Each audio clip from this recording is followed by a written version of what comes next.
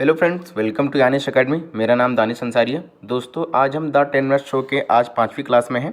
ठीक है, इससे पहले 4 क्लास हो चुकी हैं। उसमें मैंने बहुत सारी टॉपिक 4 टॉपिक तो मैंने कंप्लीट करवा दी है, जो कि आपका 8 से 10 नंबर वहाँ पे पूरा हो जाएगा। इसी को आगे बढ़ाते हुए आज हमने समावेशी शिक्षा को आगे लिया है, जिसमें से लगभग आपका इस वीडियो को अगर देखेंगे तो समावेशी से मैं आपको बता दूं 15 नंबर का क्वेश्चन आपका आता है। 15 में से कुछ नहीं तो 10 नंबर का क्वेश्चन तो मैं आपका यहाँ से करवा दूंगा। ठीक, आज हम थ्योरी प्लस PYQ करवाने वाले हैं। ठीक, समावेशी शिक्षा के बारे में यही चीज़ आपको बताना था कि आज हम द 10 मिनट शो में समावेशी शिक्षा के बारे में बात करेंगे। चलिए वीडियो को शुरू करते हैं और आगे बढ़ जाते हैं। देखिए, सबसे पहले बात करेंगे कि समावेशी शिक्षा क्या है, इसके बारे में बात कर लेते हैं। तो समावेशी शिक्षा ऐसी शिक्षा जिसमें सभी तरह के बच्चे, दिव्यांग, सामान्य, प्रतिभाशाली को नियमित स्कूल में शिक्षा दी जाती है, समावेशी शिक्षा कहलाती है। ठीक, समावेशी शिक्षा में होता क्या है कि अगर कोई बच्चा दिव्यांग है, ठीक, या फिर वो सामान्य बालक है, या फिर प्रतिभाशाली है, या फिर नियमित ठीक है, वो किसी प्रकार से ग्रसित है, सभी प्रकार के बच्चों को एक ही छत के नीचे एक ही तरह की शिक्षा एक ही जगह और एक ही टीचर से दिलवाई जाती है, तो उसको हम समावेशी शिक्षा कहते हैं। यानी इसमें साफ बात ये कहा जा सकता है कि इसमें भेदभाव नहीं होता है। ठीक, भेदभाव की कोई गुंजाइश नहीं होती है। बिना भेदभाव किए ही सारे बच्चों को एक तरह ही शिक्षा देना समावेशी शिक्षा कहलाता है। ठीक, चलिए आगे बढ़ लेते हैं और कुछ और चीज़ें मैं इसके बारे में बताऊंगा आपको कि समावेशी शिक्षा वह शिक्षा होती है जिसके अंतर्गत विशेष क्षमता वाले बालक को सामान्य बालक के साथ विद्यालय में एक ही कक्षा के साथ प्रदान की जाती है। ठीक है, मैंने अभी ये चीज़ आपको एक्सप्लेन करा कि चाहे वो जिस भी जाति से हो, चाहे जो लिंग हो उसका, और चाहे जैसा वो बालक हो, ठीक, या वो सामान्य बालक हो या फिर प्रतिभाशाली बालक हो, उसको हम नहीं देखेंगे कि किस प्रकार का बालक है, उसको हम एक ही चीज़ देखेंगे कि एक छत के नीचे हम उसको शिक्षा प्रदान कर सके। ठीक, एक छत के नीचे शिक्षा प्रदान करना ही समावेशी शिक्षा कहलाता है। यानी एक तरीके से शिक्षा उसको प्रदान किया जाता है, चाहे वो प्रतिभाशाली बालक हो उसको भी एक ही तरह का शिक्षा दिया जाएगा, या फिर वो कमज़ोर बालक हो उसको भी एक ही तरह का शिक्षा दिया जाएगा। इसका एक फॉर्मूला बनता है जिसको हम नोट डाउन कर लीजिएगा और इसको समझने का प्रयास करिएगा, तो आप समावेशी शिक्षा को बहुत ही आसानी से समझ सकते हैं। ठीक, समावेशी शिक्षा में होता क्या है कि इसमें चाहे विशिष्ट बालक हो, विशिष्ट बालक उसको कहते हैं जो कि देखिए किसी विशिष्ट तरीके से सामान्य बालक से अलग हो। सामान्य बालक तो हो गया, चलो उसको किसी भी तरह शिक्षा दे दो, वो अपना ग्रहण करेगा। यानी विशिष्ट में आ जाते हैं, इसमें कमज़ोर बच्चा भी आता है, इसमें प्रतिभाशाली भी बच्चा आता है, उसको विशिष्ट बालक कहते हैं। तो सारे बच्चों को एक ही साथ एक ही जगह पर संयोज कर उसको शिक्षा देना ही समावेशी शिक्षा कहलाता है। इतनी चीज़ें आपको उम्मीद करता हूँ समझ में आया होगा। चलिए आगे बढ़ जाते हैं और NCERT के अनुसार समावेशी शिक्षा क्या है उसके बारे में यहाँ डेफिनेशन पूछता है। ये डेफिनेशन आप इसको याद कर लीजिएगा। फिलहाल मैं इसके बारे में आपको समझा देता हूँ कि धर्म, जाति, लिंग, समाज, परिवार आदि के आधार पर बिना भेदभाव के, ठीक, बिना भेदभाव के एक ही विद्यालय में शिक्षा देना समावेशी शिक्षा कहलाता है। यही चीज़ मैं बार बार आपको कह रहा हूँ कि यहाँ पे आपको अलगाव नहीं करना है। ठीक, चाहे उसका धर्म कुछ भी हो, जाति कुछ भी हो, लिंग कुछ भी हो, समाज किसी भी समाज से आता हो, ठीक, या फिर सामान्य समाज से आता हो, पिछड़ा समाज से आता है, SC ST कुछ भी, चाहे जिस परिवार से आता हो, उसको हम बिना भेदभाव किए ही शिक्षा प्रदान करेंगे। इसी को हम क्या कहते हैं, इसी शिक्षा को हम समावेशी शिक्षा कहते हैं। उम्मीद करता हूं कि आपको समावेशी शिक्षा यहाँ पे समझ में आ गया होगा। चलिए आगे बढ़ जाते हैं। 1-2 स्लाइड और है, उसके बाद खत्म हो जाएगी और हम प्रीवियस ईयर क्वेश्चन भी यहाँ पे सॉल्व करने वाले हैं। चलिए आपको बता दूं कि समावेशी शिक्षा की आवश्यकता ही क्यों हमें पड़ी। ठीक, तो समावेशी शिक्षा वह की व्यवस्था के माध्यम से समावेशी शिक्षा बालकों के लिए ऐसा अवसर प्रदान करता है जिसमें अपंग बालकों को सामान्य बालकों के साथ मानसिक रूप से प्रगति प्राप्त करने का अवसर मिलता है। यानी इसमें क्या कहा जाता है कि जैसे सामान्य बालक को हम यहाँ पे शिक्षा देते हैं, ठीक, तो उसमें किसी को कोई आपत्ति नहीं होती है, लेकिन कुछ हमारा समाज ऐसा है जो कि अपंग बालकों को उनको अलग करके शिक्षा प्रदान करता है। तो इसमें होता क्या है कि सामान्य बालक की तो यहाँ पे चलिए ये इसकी प्रगतिशील तरीके से इसको शिक्षा दी जाती है, लेकिन अपंग बालक वहीं पे पीछे रह जाता है। तो ये बच्चा पीछे ना रह जाए, इसी चीज़ को यहाँ पे ध्यान रखते हुए इनको सामान्य बालक के साथ शिक्षा दी जाती है, जिससे इसको समावेशी शिक्षा भी कहा गया है। इसीलिए इसकी आवश्यकता पड़ी, ठीक, कि यहाँ पे अपंग बालक या फिर विशिष्ट बालक भी अपनी शिक्षा सही तरीके से यानी ग्रहण कर सके और वो भी शिक्षित हो सके। चलिए आगे बढ़ जाते हैं। अब इसमें कुछ और चीज़ें हैं, इसको भी पढ़िएगा आप यहाँ पे कि इसमें सामान्य और दिव्यांग बालक दोनों ही एक साथ सामान्य रूप से शिक्षा ग्रहण करते हैं। आपको यही बार बार हर एक लाइन में देखने को मिलेगा कि चाहे वो सामान्य बालक हो, दिव्यांग बालक हो या फिर किसी प्रकार का बालक हो, उसको एक साथ जोड़ के उसको शिक्षा प्रदान करना ही क्या कहलाता है, समावेशी शिक्षा कहलाता है। आगे बढ़ जाते हैं। देखिए इसकी विशेषता क्या है, चलिए आगे बढ़ते हैं। छात्रों में सहयोगात्मक भावना तथा समायोजन का विकास होता है। जब देखिए अगर कोई बालक ऐसा है जो कि विशिष्ट है, ठीक, अगर उस बालक को भी सामान्य बालक के साथ हम शामिल करेंगे और वो भी सामान्य बालक के साथ शिक्षा प्रदान करेगा तो इसका ये कुछ मदद करेगा और सामान्य बालक इस विशिष्ट बालक का कुछ मदद करेगा। तो इस प्रकार क्या होगा कि उन दोनों में समायोजन होगा और सहयोगात्मक भावना का विकास होगा। ये चीज़ हो गया। आगे बढ़ जाते हैं। सामान्य बालक बच्चों तथा भिन्न रूप से योग्य बच्चों के लिए एक ही स्कूल में, यानी चाहे वो सामान्य बालक हो या फिर भिन्न रूप से अयोग्य बालक हो, उसको क्या कहते हैं कि एक ही क्लास में उसको शिक्षा दी जाती है। इसकी ये विशेषता हो गई। आगे बढ़ जाते हैं। समावेशी शिक्षा दूसरे बच्चों को संवेदनशील बनाता है कि वह लाभान्वित बच्चों को दबाएं नहीं, उन्हें नीचे ना दिखाएं। यानी इसमें एक ये चीज़ होता है कि संवेदनशील बनाते सामान्य बालक को कि अगर कोई भी, जैसे कोई बालक हो गया जो कि अपंग है, ठीक, या फिर वो विशिष्ट है, तो उसको वो दबाएं नहीं, कमज़ोर बालक को दबाएं नहीं। इस प्रकार उसको संवेदनशील बनाया जाता है कि सामान्य बालक इनकी मदद करें और इनको भी शिक्षा प्रदान करने का पूरा मौका मिलना चाहिए।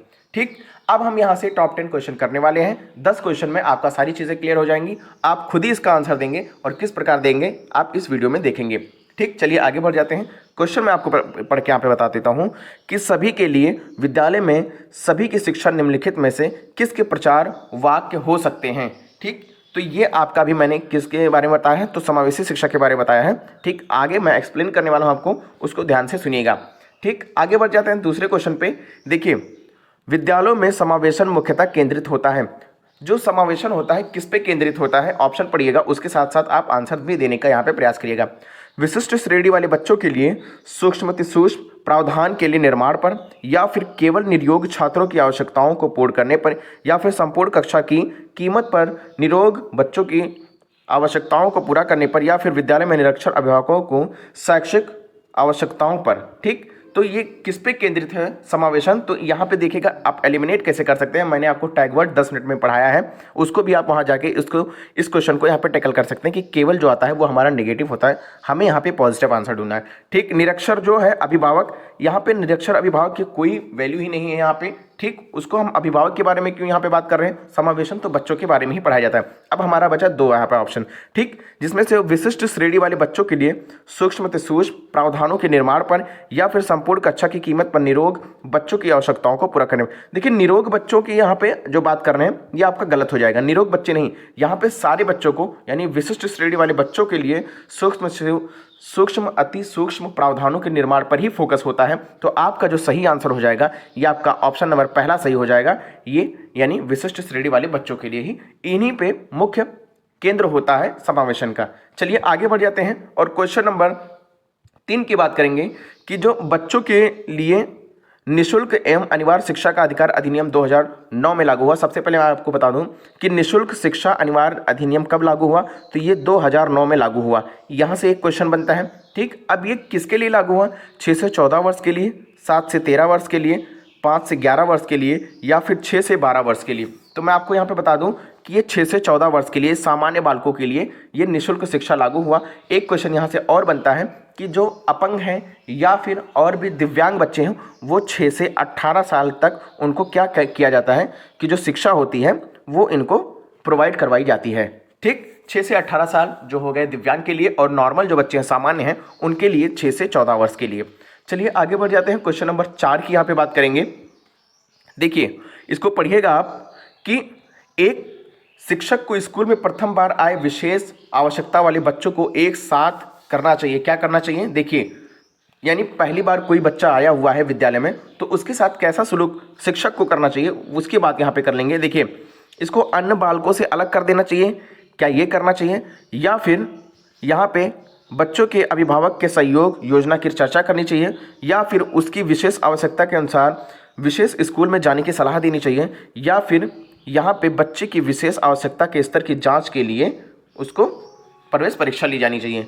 तो देखिए, सबसे पहले यहाँ पे एलिमिनेट करने की कोशिश करिए। अन्य बच्चों से अलग करना चाहिए। हम अलग तो बिल्कुल भी नहीं कर सकते हैं क्योंकि समावेशन का अर्थ होता है कि सामान्य और विशिष्ट बालकों को एक ही छत के नीचे शिक्षा देना है, तो अलग तो नहीं कर सकते, तो ये आंसर गलत हो गया। बच्चे के अभिभावक से सहयोगी योजना की चर्चा करना। अभिभावक से हम योजनाओं के बारे में चर्चा क्यों करेंगे? ठीक, क्योंकि बच्चा ही हमारे लिए इंपॉर्टेंट है यहाँ पे, तो ये भी आंसर आपका गलत हो जाएगा। उसकी विशेष आवश्यकता के अनुसार विशेष स्कूल में जाने की सलाह देना। ठीक, बच्चे की विशेष आवश्यकता के स्तर की जांच के लिए प्रवेश परीक्षा लेना, तो प्रवेश परीक्षा भी आपका यहाँ पे जो ये भी निगेटिव हो जाएगा। ठीक, तो हमारा पॉजिटिव आंसर एक ही बचा है सी, और यही आपका सही आंसर हो जाएगा। उसकी विशेष आवश्यकता के अनुसार विशेष स्कूल में जाने की सलाह देना, आप इसके बारे में बात कर सकते हैं। ठीक है, या फिर आप अगर ये ऑप्शन में नहीं है तो आप बी के साथ भी जा सकते हैं कि अभिभावक से सहयोगी योजनाओं की चर्चा करने के बाद उसको बच्चे को हम क्या करेंगे, प्रथम बार उनके जो अभिभावक है उनसे बात करने के बाद ही बच्चे पे कोई हम निर्णय ले सकते हैं। चलिए आगे बढ़ जाते हैं और क्वेश्चन नंबर 5 की बात करेंगे कि जो आरटीआई एक्ट 2019 के अनुसार भारतीय विद्यालय में शिक्षकों के प्रति सप्ताह में कुल कितने घंटे की योजना बनाकर कार्य करना चाहिए। यानी बात कर लें प्राइमरी की बात करते हैं 1 से लेकर कक्षा 5 तक, तो एक सप्ताह की बात करें, अगर एक सप्ताह में कितने घंटे उनको पढ़ाना चाहिए, तो हमारा ये आंसर यहाँ पे हो जाएगा 45 मिनट। ठीक, ये आपका एक टिपिकल क्वेश्चन है। ठीक है, एक फैक्चुअल क्वेश्चन है कि 45 आवर आपको बच्चे को पढ़ाना है, 45 आवर आपको बच्चे को एक हफ्ते में पढ़ाना है, 1 से लेकर 5 तक। ठीक, चलिए आगे बढ़ जाते हैं और क्वेश्चन नंबर 6 की यहाँ पे बात करेंगे, इसको पढ़ते हैं। जब एक निर्योग बच्चा पहली बार विद्यालय आता है तो शिक्षक को क्या करना चाहिए। अगर कोई बच्चा निर्योग है, ठीक, यानी वो बच्चा सामान्य नहीं है, विशिष्ट है, तो उसको अगर विद्यालय पे आता है तो शिक्षक को क्या करना चाहिए, इसके बारे में बात करते हैं। तो देखिए, सहकारी योजना के विकसित करने के लिए बच्चे को माता पिता के साथ चर्चा करनी चाहिए। चलिए इसको भी रहने देते हैं। बच्चों की निर्योग्यता के अनुसार उसे विशेष विद्यालय में भेजने का प्रस्ताव देना चाहिए, उसे अन्य विद्यालयों से अलग रखना चाहिए, या उपयुक्त में से सभी। तो ऑप्शन नंबर 3 यहाँ पे देखिएगा, अलग करने की बात ही नहीं करेंगे, इसको तो गलत हो गया। इसके साथ साथ उपयुक्त में से सभी, तो ये भी आपका गलत हो जाएगा, क्योंकि ये गलत हुआ तो ये भी गलत होगा। ठीक, अब देखिए, बच्चों की निर्योग्यता के अनुसार उसे विशेष विद्यालय में भेजने का प्रस्ताव देना चाहिए, या फिर सहकारी योजना विकसित करने के लिए बच्चे को माता पिता के साथ चर्चा करनी चाहिए। अब हम सहकारी योजना से हमें क्या ही मतलब है, तो क्या करेंगे कि इसको हम काट देंगे। ठीक, इसको हम काट देंगे, ये हमारा सही आंसर नहीं हो सकता है, क्योंकि हमें सहकारी योजना पे चर्चा नहीं करनी है। आपका सही जो आंसर हो जाएगा यहाँ पे हो जाएगा कि बच्चों की निर्योग्यता के अनुसार उसे विशेष विद्यालय भेजेंगे, जिस भी तरह की उसको जरूरत है उस तरह के विद्यालय में उसको भेजेंगे हम। ठीक, चलिए आगे बढ़ जाते हैं। क्वेश्चन नंबर 7 की यहाँ पे बात करेंगे, इसको पढ़िए आप कि एकल अभिभावक वाले बच्चों को पढ़ाते समय शिक्षक को क्या करना चाहिए। एकल अभिभावक यानी उसके सिर्फ एकल अभिभावक में एक ही है, तो उस बच्चे के साथ, ऐसे बच्चों के साथ कैसा सलूक करना चाहिए शिक्षक को, उसके बारे में बात कर लेते हैं। तो देखिएगा, इसमें है कि स्थिर एक रूप वातावरण उपलब्ध कराना चाहिए। चलिए, कुछ हद तक ये सही लग रहा है। इस तथ्य को अनदेखा कर देना चाहिए और ऐसे बच्चों को अन्य बच्चों के समान व्यवहार करना चाहिए। सबसे सही जो आपका आंसर अभी तक यहाँ पे मिल रहा है कि ऑप्शन नंबर यहाँ पे ये वाला सही हो जाएगा कि आपको करना क्या है कि इस तथ्य को अनदेखा करना चाहिए कि वो बच्चा कैसा है, एकल परिवार से या कैसा है। ठीक, आपको सही चीज़ ये है कि उसको बाकी बच्चों के साथ यहाँ पे समान व्यवहार करना चाहिए और उसको पढ़ने में मदद करनी चाहिए। आगे बढ़ जाते हैं, देखिएगा क्वेश्चन नंबर 8 की यहाँ पे बात करेंगे कि जो निःशक्त बच्चों के लिए समेकित शिक्षा की केंद्रीय प्रायोजित योजना का उद्देश्य है मैं निःशक्त बच्चों को शैक्षिक अवसर उपलब्ध कराना है। क्या है, मुक्त विद्यालय या फिर ब्लाइंड रिलीफ एसोसिएशन के विद्यार्थी या फिर नियमित विद्यालय या विशेष विद्यालय। ठीक, तो इसमें हम करेंगे क्या कि ये आपका जो आंसर इसका आपको देना है, ये HW हो गया, ये कमेंट बॉक्स में आप इसका आंसर दीजिएगा। ठीक है, ये आपके लिए होमवर्क हो गया। ठीक है, कहीं से भी इसको सर्च करिएगा, क्योंकि जब सर्च करेंगे तो आपके दिमाग में बैठेगा और इसका आंसर आप अच्छे से दे पाएंगे। ठीक है, आगे बढ़ जाते हैं। शिक्षा का अधिकार अधिनियम 2009 के क्रियान्वयन के बाद कक्षा कक्ष में कैसा होना चाहिए, जेंडर के अनुसार अधिक समायोजित होना चाहिए, या फिर आयु के अनुसार अधिक समायोजित होना चाहिए, या फिर आयु के अनुसार विषम जातीय होनी चाहिए, या फिर आप प्रभावित हैं क्योंकि शिक्षा का अधिकार विद्यालय में कक्षा की औसत आयु को प्रभावित नहीं करता है। ठीक, तो ये आप प्रभावित हैं क्योंकि शिक्षा का अधिकार विद्यालय में कक्षा की औसत आयु को प्रभावित नहीं करता है, बिल्कुल करता है, तो ये आपका आंसर गलत है। जेंडर के अनुसार अधिक समाजातीय नहीं, आयु के अनुसार अधिक समाजातीय नहीं, आयु के अनुसार विषम जातीय होना चाहिए। ठीक, तो ऑप्शन नंबर आपका यहाँ पे सी हो जाना चाहिए, क्योंकि यहाँ पे विषम जातीय आयु के अनुसार होना चाहिए। यानी अगर आयु 6 वर्ष की है जिस बच्चे की, तो उसके लिए अलग विद्यालय के प्रावधान है या फिर अलग पाठ्यक्रम के प्रावधान है। अगर वो 8 वर्ष का है तो उसके लिए अलग पाठ्यक्रम का प्रावधान है, या 10 वर्ष का है तो उसके लिए अलग प्रावधान है। तो इसीलिए आपका ऑप्शन नंबर सी आयु के अनुसार विषम जातीय हो जाएगा। चलिए आगे बढ़ जाते हैं और लास्ट क्वेश्चन आपके स्क्रीन पे यहाँ पे है, एक समावेशी कक्षा वह है जहां, इसको पढ़िएगा और इसका आंसर दीजिएगा, जब तक आकलन की पुनरावृत्ति होती है जब तक प्रत्येक अधिगमकर्ता न्यूनतम श्रेणी प्राप्त न कर ले। चलिए ऑप्शन नंबर बी, विद्यार्थियों का भार कम करने के लिए अध्यापक केवल अनुमोदित पुस्तकों से ही पढ़ते हैं। केवल आ गया तो आपका ये इसको काट दीजिएगा। वैसे देखते ही समस्या का अधिकारी का समाधान करने की संभावना की दृष्टि से बच्चों की सक्रिय भागीदारी रहती है। ठीक, अध्यापक प्रत्येक अधिगमकर्ता के लिए विविध पूर्ण रूप से हुआ सार्थक अधिगमात्मक अनुभव हेतु प्रवेश का निर्माण करते हैं। तो इसका जो सही आंसर हो जाएगा दोस्तों, ऑप्शन नंबर सी सही आंसर हो जाएगा। ये आप टिक कर लीजिएगा। ठीक है दोस्तों, तो उम्मीद करता हूँ वीडियो पसंद आई होगी। समावेशी शिक्षा के बारे में यहाँ पे आपको मैंने बताया है। थैंक यू सो मच पूरी वीडियो यहाँ पे देखने के लिए। अगर आप इस चैनल पर नए हैं तो हमारे इस चैनल को लाइक करिए, शेयर करिए, सब्सक्राइब करिए, बाकी दोस्तों तक भी इसको शेयर करिएगा। ठीक है दोस्तों, तो इस वीडियो में मैंने आपको यही बताया कि समावेशी शिक्षा से इंपॉर्टेंट जितने भी थे लगभग मैंने 10 नंबर का आपका यहाँ पे क्वेश्चन करवा दिया है। यहाँ से निश्चित ही रूप से आपको क्वेश्चन देखने को मिलेंगे। ऐसे ही मैंने 10-10 मिनट में बाकी भी टॉपिक को कंप्लीट करवाया है। एक टॉपिक कंप्लीट करवाया, उससे जो संबंधित प्रश्न होते हैं उसको मैं यहाँ पे करवाता हूँ, और ऐसे करके लगभग 2 से 3 नंबर आपका मैं 10 से 12 मिनट में पूरा करवा देता हूँ। ठीक, अब इसमें करना क्या, 10 से 12 मिनट में आपका ये पूरा हो गया। ऐसे ही लगभग मैं 25 से 30 आपको टॉपिक करवाने वाला हूं। अगर 25-30 टॉपिक हो गया 2-2 नंबर का, तो आपका 50 से लेकर 60 नंबर तो मैं ऐसे ही आपकी तैयारी करवा दूंगा, यानी 10-10 मिनट के इस वीडियो से। उम्मीद करता हूं दोस्तों वीडियो पसंद आई होगी। मिलते हैं अगले क्लास में। बाकी और भी चीज़ें हैं, वीडियो बनी है 10-10 मिनट का, वो जाके वहाँ पे चैनल पे आप देख सकते हैं। अगले क्लास में आप कमेंट करिएगा कि आपको कैसे क्लास चाहिए आगे भी, उसके लिए भी मैं पूरी कोशिश करूँगा देने के लिए। चलिए दोस्तों, मिलते हैं अगले क्लास में। तब तक के लिए आप अपना बहुत ख्याल रखिएगा। जय हिंद।